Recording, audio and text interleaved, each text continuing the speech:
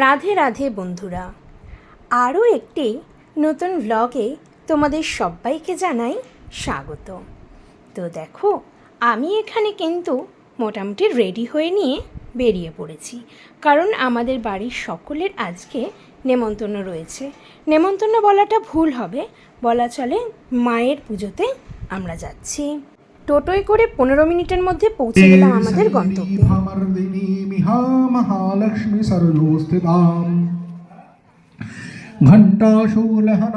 আর এই দেখো মাকে কত সুন্দর লাগছে, সত্যি কথা।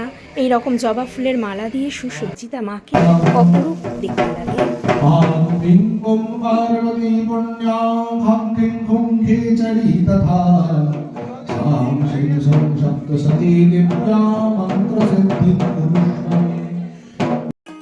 আর এখানে দেখতে পাচ্ছ মায়ের মন্দিরে কিন্তু যজ্ঞ চলছে।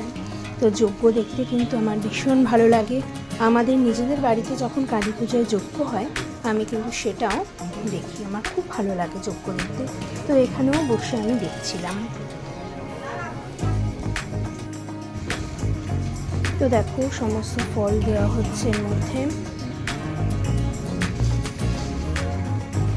একটা অপূর্ব দৃশ্য, কিন্তু দেখলে পরে মন ভরে যায়।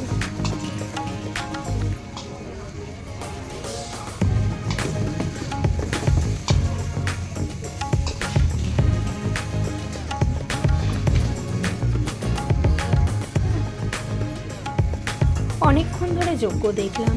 যজ্ঞ দেখার পর দুপুরবেলা তো প্রসাদের স্বাদ তো সর্বদাই খুব সুন্দর হয়। আর প্রসাদ খাওয়ার পর দেখো চলে এলাম এই প্রাঙ্গণটায়, মন্দির প্রাঙ্গণে।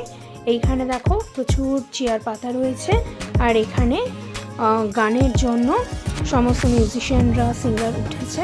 তো গান শুরু হবে খুব তাড়াতাড়ি, কিন্তু আমরা আর অতক্ষণ থাকিনি। দেখো, আমরা কিন্তু টোটোয় উঠে পড়েছি আর বাড়ি আসছি। তো এইখানে দেখো সবথেকে সুন্দর বিষয় হচ্ছে এই যে জায়গাটা অনেকটাই ভিতর দিকে, কিন্তু পুরো দেখো গ্রামের মতন পরিবেশ, কি সুন্দর। চারপাশে কলা গাছ, জঙ্গল রয়েছে অনেক। তো বেশ ভাল লাগছিল এই রাস্তাটা দিয়ে আসতে। তো আমি কিন্তু বেশ এনজয় করলাম। আর সত্যি কথা বলতে কি, ভীষণ ভাল লাগে আমার এই মায়ের মন্দিরে যেতে। তো আজকের মতন আমি ভিডিওটা এখানেই শেষ করলাম।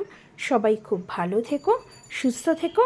আর আমার যদি ভিডিওটা ভালো লেগে থাকে, আমার চ্যানেলটা অবশ্যই সাবস্ক্রাইব করে নিও। Thank you.